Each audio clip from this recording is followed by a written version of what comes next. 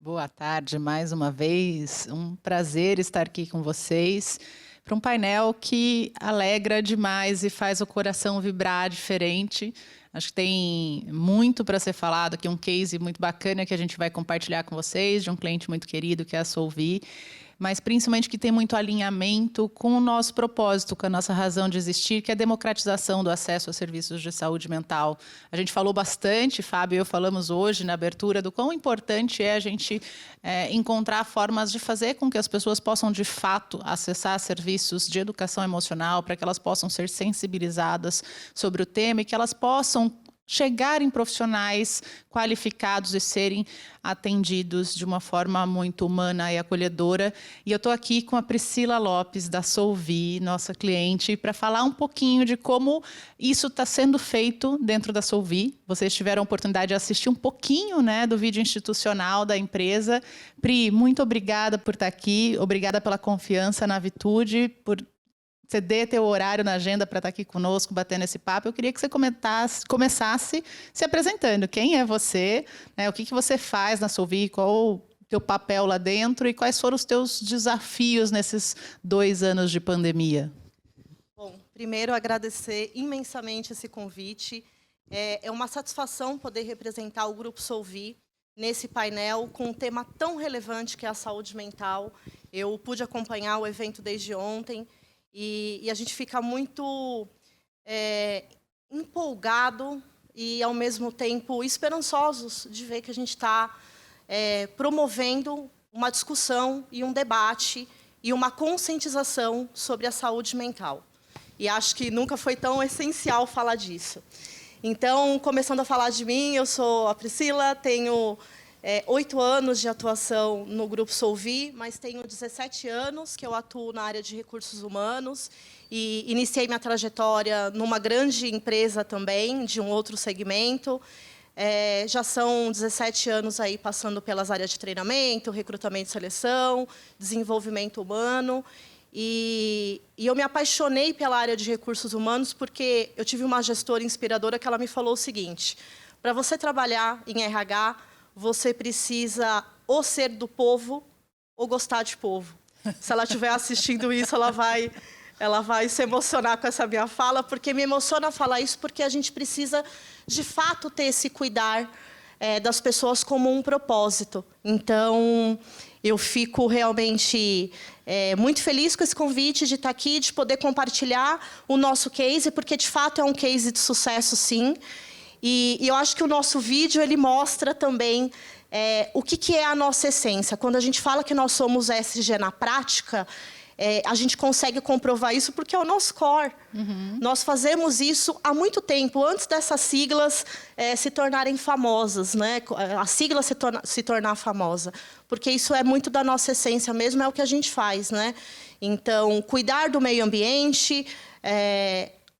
Todos os nossos relacionamentos, eles são pautados num programa de integridade sustentável.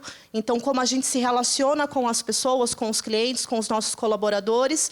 E também, falando do S, do social, a gente tem aí o Instituto Solvi, com grandes ações voltadas aí para a nossa população, para os nossos colaboradores e também para o público externo, as ações de diversidade e inclusão. Então, eu acho que tudo isso, de fato, mostra o que é o nosso DNA. E o nosso DNA é ser ESG na prática. Boa. Pri, a gente teve ao longo do dia de ontem, hoje, uma série de pessoas aqui debatendo, líderes de RH, C-levels, diretores, falando um pouquinho da visão deles, né, do porquê, né, a saúde mental fazia parte da estratégia, do porquê esse tema de cuidado, bem-estar, está muito ligado à produtividade. Hoje, mais cedo, eu ouvi a Grazi, do Grupo Boticário, falando que não dá para desassociar resultado, né, de ESG, não dá para desassociar essa parte do cuidado e das pessoas com resultado. E eu queria que você respondesse para a gente por que, né, quando surgiu a ideia de colocar na Solvi um programa, de fato, de bem-estar, de cuidado? Qual foi o gatilho? Em que momento que isso aconteceu? E por que que o projeto que vocês têm hoje é tão importante? Por que que ele é relevante? Como que ele casa, né, com essa estratégia, com isso que vocês falam ali, até mesmo no core da empresa, de ser ESG na prática? Tati, primeiro eu queria fazer aqui um complemento à minha fala inicial. Além de ser ESG na prática, nós temos aí 22% do resíduo tratado em todo o país, atendido pelas empresas do Grupo Solvi, mais de 30 milhões de habitantes atendidos pelo Grupo Solvi e 13 mil colaboradores. Então, a gente chega no ponto central dessa conversa. 13 mil colaboradores e o próprio programa de saúde, de bem-estar, ele não é um programa novo. Nós temos ele já há algum tempo, em diversas fases de amadurecimento, e em 2017 nós demos uma roupagem para esse programa de saúde e bem-estar, que tinha por objetivo proporcionar, de fato, um ambiente mais positivo, um ambiente mais de cuidados à saúde, de cuidados com o bem-estar, e a gente estimulava isso através de diversas ações. Isso começou em 2017, com o programa Bem Viver, e ele foi crescendo como um grande projeto, e isso acabou tomando muita forma. A gente faz em diversas unidades, diversas ações. São 64 empresas que compõem o grupo, Tati, que nós chamamos internamente de UVS. São as nossas unidades de valorização sustentável.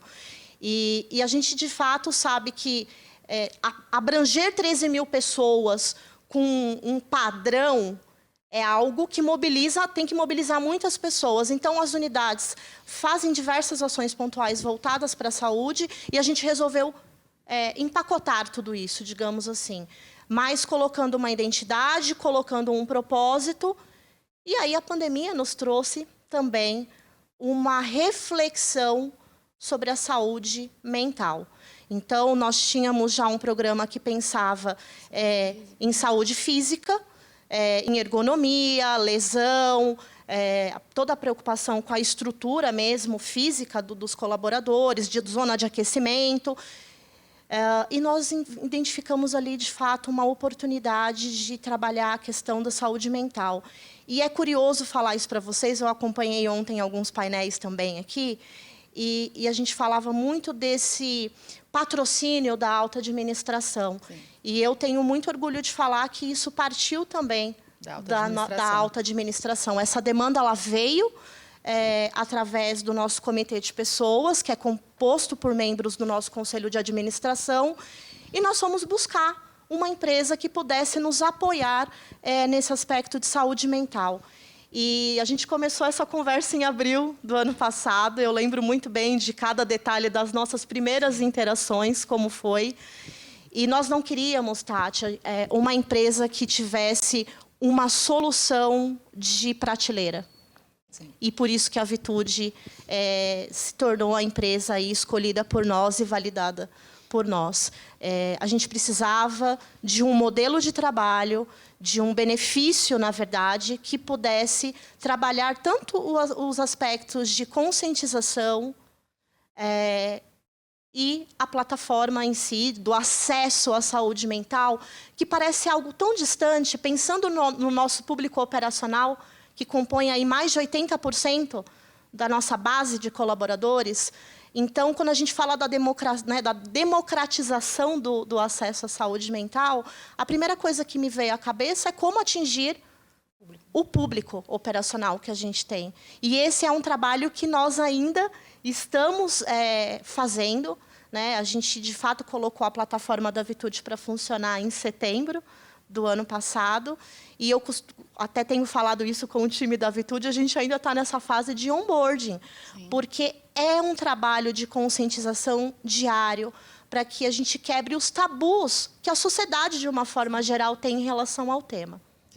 Eu lembro quando a gente começou as primeiras conversas, Pri, e que a gente tinha um desafio até de entendimento de será que vai funcionar? A gente tinha, acho que até um certo receio ou medo, porque a gente pensava como que a gente vai conseguir chegar na ponta. Você falou, teu público, 85% dele é operacional. A gente consegue ver um pouco pelo vídeo institucional, mas é um público que são os agentes de limpeza pública, que inclusive são serviços fundamentais e que não pararam na pandemia. Todos eles continuaram trabalhando para que a gente tivesse a cidade limpa e que tudo continuasse funcionando. E eu lembro que várias discussões e como a gente foi formatando o projeto para vocês, tinha relação como é que a gente educa, porque muitas vezes essas pessoas não faziam a menor ideia do que era um psicólogo, o que é um serviço de psicologia, o que é uma sessão de terapia. Será que aquilo é para mim? Ou será que aquilo é coisa de gente rica? Mas será que não é fraqueza? Será que tinha uma série de dúvidas que pairavam? Porque quando a gente pensa no adoecimento e quando a gente pensa no trabalho de conscientização, a gente também está falando de educação e muitas vezes, quanto menos informação a gente tem, quanto menos acesso, mais é o desconhecimento e mais o preconceito e o estigma se fazem presentes. E como é que você vê hoje isso acontecendo na prática? Eu sei que assim, um dos avanços que a gente fez lá foi justamente a gente conseguir falar abertamente sobre esse assunto e, principalmente, quase todas as vezes que a gente está lá falando, tem alguns que levam junto. Quando não tem alguém falando, olha, eu faço terapia, olha, eu tive alguma coisa, olha, na minha casa, meus filhos, minha esposa. Então, como que é isso dentro da Solvi? Porque eu vejo que a gente consegue avançar e consegue ter engajamento desse público operacional e, principalmente, consegue chegar mais longe porque a autogestão está patrocinando, porque a autogestão, de fato, está comprada com a ideia de fazer isso acontecer. Como é isso? Tati, acho que você falou muito bem, essa questão do patrocínio. Quando você tem a sua auto-administração junto, direcionando para que seja feito algo nesse sentido, a coisa tende a tomar forma. Então, qualquer ação, qualquer empresa, enquanto área de recursos humanos, quando a gente fala de um projeto, a gente precisa desse patrocinador e dessa liderança, auto-administração e liderança de uma forma geral, engajada em relação a esse objetivo. Então, a gente tem feito um trabalho grande em relação à comunicação. Começando com a auto-administração, que foi todas essas conversas que você participou, e a gente tem feito rodas de conversa. A gente percebe um engajamento muito grande também do nosso público administrativo, que tem utilizado bastante a plataforma, ele representa aí mais de 60% das pessoas que utilizam a plataforma, e a gente percebe um movimento operacional começando a crescer. E eu lembro que nas nossas conversas iniciais você falava isso. É um movimento gradativo. Sim. Não adianta a gente querer esperar que vai implantar um serviço, um benefício de saúde mental e que vai ter um boom imediato, até porque as pessoas não conhecem. As pessoas não conhecem o serviço, as pessoas não conhecem o que é uma terapia. Então, há um trabalho muito grande a ser feito e que vem sendo feito. E com o time da Vitude a gente tem conversado muito, ainda como sensibilizar. E a gente percebeu que a gente tem ainda achar esse modo que vai chegar mais rápido. Sim. E tem acontecido isso, mas a gente acho que a gente tem feito essa descoberta juntos, que tem que ter um misto, de comunicação online, de comunicação presencial, de falar uma língua que as pessoas possam entender também, não tornar esse discurso muito complexo. Isso é um ponto que para mim ficou muito claro, que tem muito a ver até com reconhecimento, com a pessoa se ver naquilo, porque se a gente chega com uma linguagem muito rebuscada, mais técnica, mais bem psicológica mesmo, a gente percebia que, de repente, parecia muito distante. E quando você chega num diálogo, onde você está falando, poxa, você conversar com um profissional que pode te ouvir, que pode te ajudar, que pode direcionar uma demanda, você mostrar que aquilo é possível e que aquilo sim é um serviço que vai apoiar aquela pessoa nas questões dela, nas questões dentro da família. Com temas diversos. Exatamente. E até mesmo, acho que nos momentos de educação, mostrar que serve para uma série de coisas, né? Eu não preciso buscar só quando eu estou altamente doente ou no fundo do poço, mas que eu posso buscar para uma questão, às vezes, até de melhorar o diálogo com os filhos, de melhorar o diálogo com o cônjuge, de ter uma relação mais assertiva com um líder ou um liderado. Então, isso tem impactado e até mesmo não sofrer, né? Puxa, estou aqui, eu perdi alguém, eu estou com medo. E quando todo mundo começa a falar, eu também estou com medo, eu também sofri, eu também senti. Começa, acho que, um fluxo ali de fato, de reverberação positiva. E confiança sobre falar do tema sem medo, Sim. sem receio. Tati, eu acho que esse é um ponto também assim, muito relevante de poder falar do assunto sem nenhum tipo de medo de que o meu líder, meu chefe, meu colega, ele vai fazer uma chacota, ele vai fazer uma brincadeira de mau gosto com o assunto. Então, isso é um ponto também bastante importante desse trabalho de conscientização, do encorajar a buscar essa ajuda. E não necessariamente, você falou isso ontem na sua apresentação de abertura, a gente tem o hábito, né, de associar a saúde mental à doença. Sim. E é exatamente o contrário, é saúde. Assim como a gente precisa ter uma alimentação saudável, assim como a gente precisa praticar exercício físico, a gente precisa cuidar da mente também. Sim. Então, eu acho que isso é o ponto assim, inicial, o pontapé inicial. Esse encorajamento, falar de vulnerabilidade de uma forma natural, sim, porque isso faz parte do ser humano. Mas eu acho que tem uma coisa, Pri, isso é possível porque vocês têm o compromisso da diretoria e aonde que a gente começa, de fato, a quebrar essa barreira e entra nesse discurso da vulnerabilidade. Quando eu vou num bate-papo e vejo um líder falando, olha, eu faço terapia, eu tive depressão, ou eu tive burnout, ou eu me separei, ou eu tive que tratar um câncer e fiquei com medo. Quando as lideranças começam a se colocar de uma forma vulnerável, primeiro, se colocando como gente, né? Você falou assim, tem que gostar do povo. Quando você se coloca como povo, como você se coloca como, poxa, eu sou vulnerável, eu sou frágil, eu posso morrer, né? Que eu acho que eu vi ali em uma dos bate-papos, teve alguém que tinha tido Covid, tinha sido entubado, né? Como essa pessoa conviveu com aquele medo. E ela precisa lidar com aquilo depois. Então, quando a gente vê a liderança muito engajada, inclusive se colocando de forma vulnerável, mostrando que, sim, eu me cuido, sim, isso é importante, quem está ali olhando fala assim, opa, peraí, se o meu chefe está falando que ele sofre, que ele tem medo, que ele tem angústia, que ele se cuida, então eu posso me cuidar. Então, acho que faz uma diferença.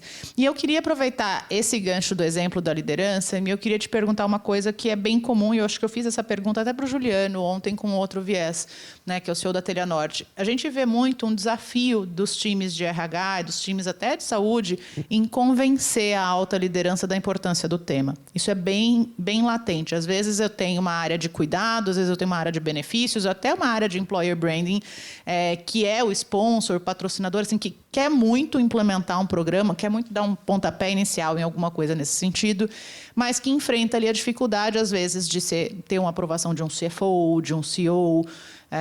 E a gente percebe que, em algumas empresas, isso ainda não está na pauta do C-Level, não chegou até lá, não está estratégico. Como que você fez para construir esse caminho até lá? Porque eu sei que partiu da área de recursos humanos e isso escalou diretoria até chegar... Eu lembro de uma reunião com o board, né? A gente foi explicar para o conselho de administração por que era importante falar de saúde mental. Eu lembro que foi uma conversa, assim, tipo, olhei, tinha 10 pessoas na sala e todo mundo ali muito curioso para ouvir. Né? Como é que você fez essa construção interna? E o que você tem a dizer para empresas que estão pensando, e até para líderes de RH que estão enfrentando esse desafio hoje, que é de construir o projeto para que ele seja aprovado pela diretoria? Tati, muito diálogo, a gente precisa pensar, sim, em qualquer projeto, com aquilo que ele vai nos proporcionar em termos de retorno.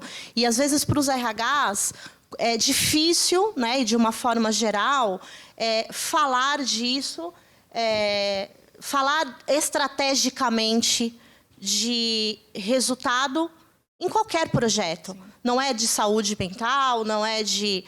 Qualquer projeto precisa ter um retorno sobre o investimento. Então, nós tivemos uma incumbência, uma discussão que aconteceu no nível de conselho, comitê, sobre a importância da saúde mental. E isso chegou como uma demanda que nós tivemos que explorar o que é isso e como que a gente, de fato, ia atingir esse objetivo de trazer um programa para a empresa sólido, que fosse gerar esse nível de conscientização e de acesso à saúde mental. Então, eu entendo que os RHs eles precisam se apropriar do tema, precisa conversar, e você sabe disso. Foram muitas conversas, e a gente conversou com o mercado de uma forma geral. Então, cada detalhe, o que isso vai nos gerar, o que isso vai nos trazer de resultado efetivo no curto, médio e longo prazo. O curto, ele é uma expectativa de resultados rápidos. E eu acredito que a gente precisa também ter um discurso, não um discurso, mas, na verdade, poder mostrar e demonstrar que a gente precisa caminhar em fases para que a gente chegue no resultado. Não adianta a gente querer atropelar algumas etapas, né? Então, esse convencimento, eu estaria aqui falando para você uma mentira se eu falasse que foi algo árduo. Não. Foi algo que veio muito natural, de conversas muito amplas, de debates muito profundos em relação à importância do tema e tendo como foco as pessoas. Então, eu deixo aqui um recado para os RHs. Se apropriem do tema, mas também se apropriem da estratégia. O que a gente quer alcançar com aquilo que está sendo implementado. Então, vamos falar de pessoas, vamos falar de saúde e vamos falar também de resultado. O resultado precisa também estar na pauta do RH. E isso não pode também ser um tabu. Sim. Então, eu acredito que é isso que a gente tem como lição de casa, de aprendizado. A gente tem um caminho a percorrer, são alguns meses ainda de implementação. A gente vem descobrindo essa forma, como eu falei. Temos aí ações que vão acontecer em loco. A gente vai ter o Dia da Saúde, a gente vai ter a Blitz da Saúde. Tudo isso para criar esse engajamento. E eu peguei aqui o cartãozinho, eu adoro mostrar ele, porque a gente precisa tangibilizar benefício. Quando você fala de benefício para um colaborador, você precisa mostrar para ele, né, o benefício, o que é o benefício. Então, a gente teve essa ideia. Eu quero destacar que tudo que a gente faz é a 4 mãos, né? Então, não é o RH, não é só a área de saúde, é todo mundo. É a administração de pessoal que vai operacionalizar, é a área médica. Então, a gente teve essa ideia de criar aqui o cartão de saúde mental. Ao close ali. E aí, esse cartão aqui de benefício que a gente entrega para os nossos colaboradores, para que ele, de fato, toque o benefício, né? Assim como o Vale-Refeição, o plano de saúde. Tem coisa, né? E tem todas as orientações de como ele pode acessar a plataforma, como ele pode tirar suas dúvidas, enfim. Então, ela tá dando um close esse ali, cartão aqui para a gente, eu adoro ele, eu ando com ele na minha carteira e faço sempre propaganda dele, porque, de fato, isso aqui é um presente que a gente pode fazer pelas pessoas. Eu acho que o importante do cartão eu até falei, acho que isso hoje, né? Não dá para você comparar organização com organização, porque cada uma vai ter a sua dinâmica. E no caso de vocês, era muito importante tangibilizar, né? 85% do teu público está na rua. 85% fica na rua trabalhando, né, fazendo ali a limpeza pública. Você precisa ter um lugar onde fisicamente ele consiga conferir como é que eu acesso, qual é a página. Se eu precisar falar por telefone, qual é o telefone, o que está incluso naquele meu benefício. Eu acho que isso, de fato, deixa mais acessível e faz com que as pessoas consigam visualizar. E isso foi uma iniciativa de vocês, né? A gente não tem um cartãozinho Vitude, mas eu lembro que vocês falaram, poxa, vamos pensar aqui, e surgiu, eu só recebi a fotinho ali. E mesmo a Blitz da saúde, mesmo as coisas que estão sendo planejadas, né? Não adianta a gente fazer tudo online. Eu vou precisar fazer plantão presencial, nem que seja na matriz ou em algumas das principais unidades. Como é que a gente monta isso? Como é que a gente convida psicólogos parceiros da Vitude para estarem presentes nesses plantões? Porque as pessoas precisam ver o psicólogo, né? Então tinha essa coisa e eu acho muito legal. E eu ia te perguntar, eu acho que tem um pouco do que você já falou, mas por que a Vitude foi a empresa escolhida? Eu acho que você falou um pouco, a gente escolheu, né, porque tinha ali uma flexibilização, mas tinha um formato de trabalho. Mas o que pesou na decisão de vocês? Tati, a gente, quando buscou aí diversas empresas que trabalham com o tema, a gente tinha muita solução standard, sem a possibilidade de fazer ajustes de acordo com a nossa necessidade e principalmente com o nosso público. É muito fácil acessar a plataforma quando você tem um computador, quando você tem a internet, seja na sua casa, enfim, no trabalho. Você consegue ler sobre o assunto. E esse era o principal, né, ponto de atenção para a gente. Não faria sentido a gente ter uma empresa que tivesse ali um formato quadradinho e não estivesse atenta a esse público, que é um público que você falou na sua fala, que você comentou na sua fala, que está na rua. Nós não paramos nenhum momento sequer nessa pandemia, né? São 2 anos que a gente está aí vivendo o Covid, e esses guerreiros não tiveram um dia sequer de folga. De folga não, né? Eles têm a folga, obviamente, mas eles não pararam.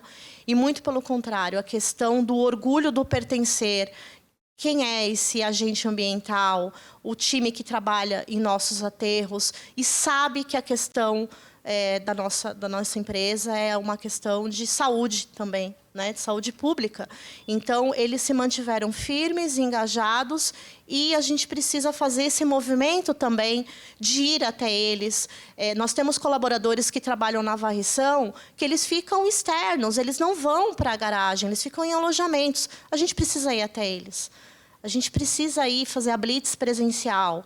A gente precisa conversar, a gente precisa ter esse olho no olho, porque esse é o público da Solvi. Então, a Vitude, ela foi a empresa escolhida porque ela se mostrou, desde a primeira conversa, muito flexível e disposta a entender o que era o nosso negócio e não simplesmente vender um produto de prateleira que tivesse ali. E é essa construção que a gente tem hoje. Então, esse foi o motivo pelo qual, em todas as conversas internas, inclusive internas com a nossa diretoria, a gente colocou isso como um principal ponto. Como tocar a operação. Porque o administrativo é muito mais fácil, a liderança é muito mais fácil pelo acesso. Então, quando a gente fala da democracia, da democratização em relação à saúde mental, é essa parceria de poder nos ouvir. Né? Nós temos isso como um princípio nosso. O cliente está no centro de tudo para o Grupo Solvi. E é assim que a gente também espera ser tratado quando a gente tem uma relação com um parceiro. Sim. Que ele nos escute e busque nos atender de acordo com a nossa demanda. E eu acho que é muito importante esse olhar da diferenciação, porque a gente só consegue democratizar, e por isso que eu falo que é um dos projetos que mais me enche de orgulho e faz o coração vibrar diferente, porque é isso, né? Eu falei um pouco de manhã, e acho que eu falei ontem também, a gente vive num país onde mais de 100 milhões de pessoas ganham um salário mínimo. Né? Se a gente tivesse que fazer essas pessoas optarem por pagar uma terapia, eu ia estar competindo, querendo ou não, com prato de comida, muitas vezes, ou com educação, ou com saúde, alguma coisa nesse sentido, com, exato, farmácia. Então, é muito importante quando... acho que vale destacar que no programa de vocês são responsáveis pelo pagamento das sessões de terapia, mas não só isso, vocês são responsáveis por levar essa informação. E uma coisa que eu lembro, até nos modos de comunicação, como que a gente faz diferente, você falou, Tati, a gente tem uma rádio, eles passam dias no caminhão também, dirigindo. Então, vamos gravar podcast, vamos gravar pílulas de conteúdo, vamos falar o que é terapia, o que é um psicólogo, o que é uma conversa. qual é a linha para a pessoa escolher. Então, tudo isso a gente foi fazendo, né? Falando o que é depressão, o que é ansiedade, o que é estresse. Foram criados conteúdos adaptados para que essas pessoas pudessem, de fato, consumir. Porque não é só a sessão de terapia, mas como é que eu ensino que essa pessoa precisa dormir, por exemplo, ou que ela precisa se alimentar corretamente, ou que ela precisa ter uma atividade física para garantir ali o cuidado. E eu queria aproveitar e te perguntar uma coisa. Você falou do bem viver. Quais são os pilares do programa? O programa ele tem 5 pilares, composto de exames preventivos. Eu acho que é muito importante a gente trabalhar a prevenção. Então, quando você se alimenta bem, quando você faz check-up anual, você está trabalhando preventivamente. Uhum. Então, nós temos aí o pilar prevenção, o pilar ergonomia, nós temos o pilar de dados de gestão, de indicadores, que é algo que a gente vem trabalhando fortemente também para a gente identificar oportunidades e trabalhar no preventivo de forma assertiva, a saúde mental e as parcerias que nós temos aí diversas para proporcionar dias de saúde, dia D, conversas sobre o tema. A nossa CIPAT é algo que mobiliza muitas pessoas e vocês tiveram a oportunidade de participar o ano passado. Então, são esses 5 pilares que compõem o programa desde 2017, que a gente foi dando essa roupagem para ele, essa robustez, e aí, de fato, o programa de saúde mental entrou ano passado, com tudo isso que a gente vem conversando aqui, da rádio, dos podcasts, de pílulas rápidas, de falar disso com muita leveza, de colocar móveis, né, identidade visual, que faça com que a gente tenha um móvel que fala terapia não é coisa de maluco, e é isso. A gente precisa deixar isso mais fácil, mais leve, mais acessível para as pessoas. Boa. Outra coisa importante, eu acho que em quase todos os painéis a gente falou bastante, né? E a gente já falou agora a importância da liderança, a importância do buy-in, do patrocínio, da alta gestão. Mas uma outra coisa que ficou bem latente num dos painéis agora à tarde é o quanto a gente, enquanto líder, é espelho, e quanto a gente inspira, e quanto as pessoas se enxergam na gente. Como é que você, enquanto uma líder de pessoas, por exemplo, cuida da sua própria saúde mental? Quais são as suas práticas, as suas dicas? Porque, no final do dia, a gente, inclusive, tem um projeto aqui que se chama Cuidando de Quem Cuida. Se eu não estiver bem, como é que eu vou cuidar do outro? Como é que eu vou estar pronto para olhar para as pessoas que precisam desse cuidado se eu estiver mal? Então, como é que você faz hoje? Tati, você sabe que essa é uma pergunta assim, bastante... é algo que me toca, porque às vezes a gente negligencia a nossa saúde. Você fala para as pessoas, se cuida, vai no médico, faz exercício, durma bem, controle, diminua a velocidade, diminui a carga, a tensão, o estresse. E às vezes a gente está ali no piloto automático e esquece de olhar para si mesmo. E eu tenho esse perfil de... Eu gosto muito de trabalhar, então, para mim, é algo que me dá muita motivação. Eu trabalho por inspiração, por propósito, lógico, porque eu preciso, mas eu tenho no meu trabalho um propósito. E às vezes, eu me vi em situações de negligenciar a minha própria saúde, de ter picos assim, de não conseguir dormir, de ter picos de insônia mesmo, de estresse, ansiedade. E aí é aquela hora que vem um alerta e fala, olha, para. Né? Se cuida. Acredito que a minha família esteja aí me ouvindo e eles pegam no meu pé também. E aí, Tati, é uma reflexão assim de... A gente precisa ter o equilíbrio de tudo. Tudo é equilíbrio. E às vezes a gente tende mais para um lado e olha menos outro. Então, vamos buscar o equilíbrio. A gente tem conversas muito produtivas na equipe. A gente tem uma relação muito aberta, muito transparente, de falar, sim, de coisas que... de coisas, de temas sensíveis, o que dói, o que não dói, o que está pegando em casa, o que está pegando com a saúde mental, com a saúde física. Então, eu busco ter essas conversas com eles, mas também...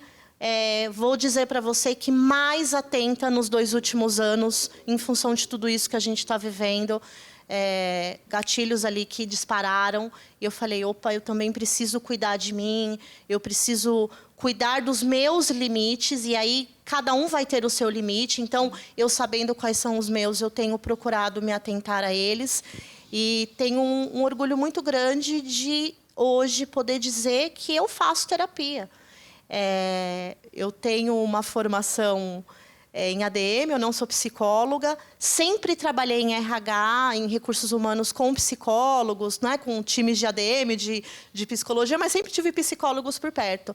E nunca fiz a terapia, não porque eu tivesse algum tabu, mas porque eu talvez não tivesse me dado conta que isso também era importante. E tem alguns meses que eu estou fazendo, através da Vitude, e isso tem mudado assim muito a minha forma de me relacionar comigo mesma. Então, a terapia tem me ajudado muito nesse sentido, do autoconhecimento, dos meus limites, daquilo que me faz bem, daquilo que não me faz bem, e como que eu lido com essas emoções. E eu hoje sou uma defensora da terapia, seja por qualquer motivo, né? É mais difícil sozinho. Sim. Então, quando você busca essa ajuda, quando você busca esse autoconhecimento, você se sente mais fortalecido para seguir.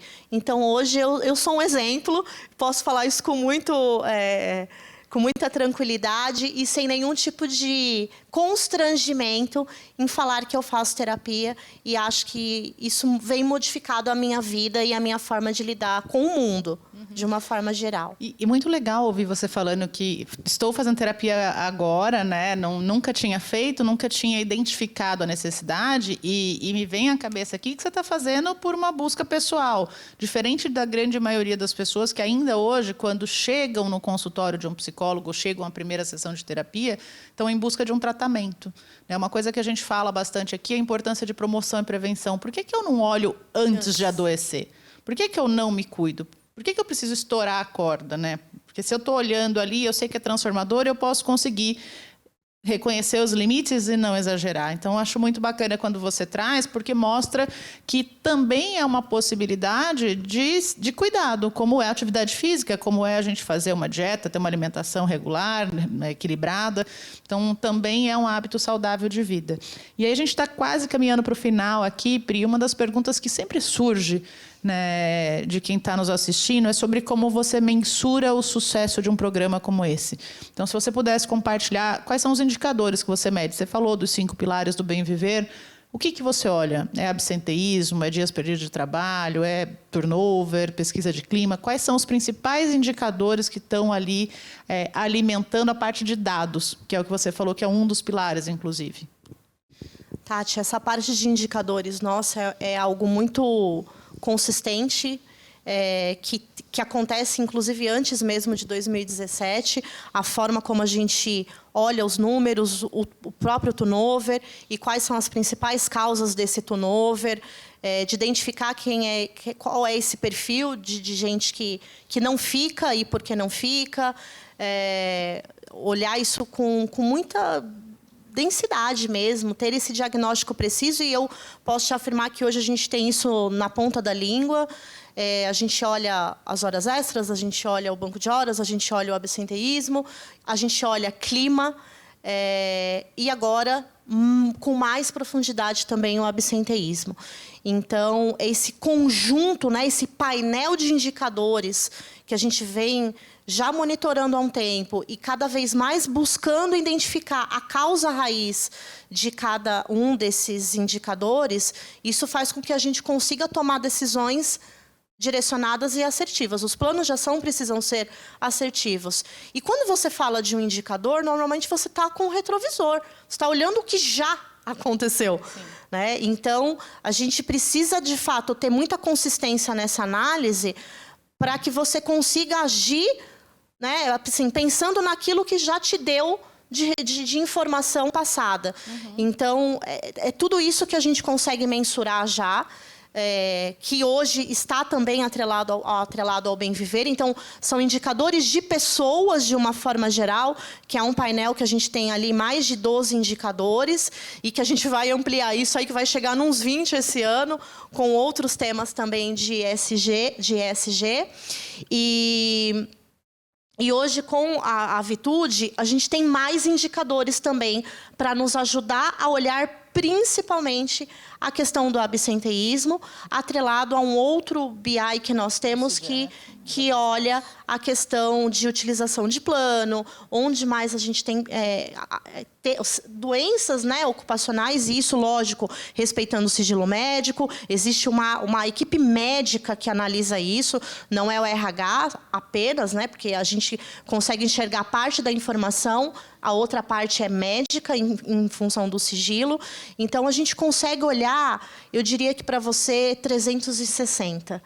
Né? A gente tem hoje uma visão assim, bastante ampla do que está acontecendo com os nossos colaboradores, com a nossa operação, com a nossa produtividade, com a nossa eficiência operacional.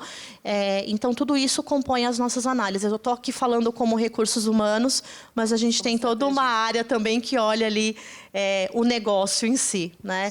E, Tati, eu queria também aproveitar e falar desse tema, que tem a ver com o tema de saúde, que nós temos aí, desde o início da pandemia, um grupo multidisciplinar, que é um grupo de prevenção ao Covid, composto aí por diversas áreas, time de pessoas, comunicação, nossa academia de excelência, nossa área técnica de saúde, que é SMA, relações sindicais trabalhistas, e tudo isso nos preparou para enfrentar esse momento que a gente vem atravessando. A gente não pode nem falar que atravessou, porque a gente ainda está passando por ele. Então, nós somos uma empresa pioneira no setor em relação a temas de conscientização. Eu não conheço nada que nós não tenhamos feito em relação às medidas de prevenção e para manter a nossa operação funcionando em relação à pandemia, e também aos escritórios administrativos. A questão da vacina, que foi algo que também nós conseguimos, com o setor, fazer com que a nossa atividade estivesse ali no Plano Nacional de Imunização. E também fomos a primeira empresa no Estado a conseguir o selo de empresa segura pelo Instituto Vanzolini. Então, isso mostra o compromisso que a gente tem com a saúde, com prevenção e com as pessoas. Muito bom ouvir isso, Pri. Queria te agradecer. Acho que se dependesse da gente, a gente ficava aqui o resto do dia batendo papo. Acho que sempre muito boa a troca contigo, com o time da Solvi. É uma alegria, de fato, poder chegar tão longe, e chegar nas pessoas e chegar nos colaboradores e pensar o quanto que a gente impacta a vida de pessoas que estão ali nos ajudando todos os dias, mantendo as cidades limpas e deixando a cidade preparada para a gente usar. Obrigada por estar aqui, pela agenda, pela confiança, por ser nossa parceira e por, acho que, ser evangelizadora da marca Vitude também, porque eu sei quanto você defende e fala bem. Então, muito obrigada. Eu que agradeço essa oportunidade, agradeço todo mundo que está nos assistindo. RHs, sigam firmes nesse propósito de cuidar de pessoas, cuidar de verdade, cuidar com zelo, buscar formas e estratégia de atingir esse objetivo. A Vitude é uma grande parceira nossa, que a gente tem muito orgulho, e a gente tem um caminho lindo para percorrer, um caminho árduo, porque a gente sabe que é muita mobilização que precisa ser feita, mas a gente sabe que a gente vai alcançar todo o objetivo, que é, de fato, essa democratização da saúde mental. Obrigada, Tati, por todo o apoio, pela parceria. Eu estou muito feliz de estar aqui com vocês hoje. Obrigada, Pri. E vamos para a palestra de encerramento aí, que vai ser muito boa, com o André Fusco.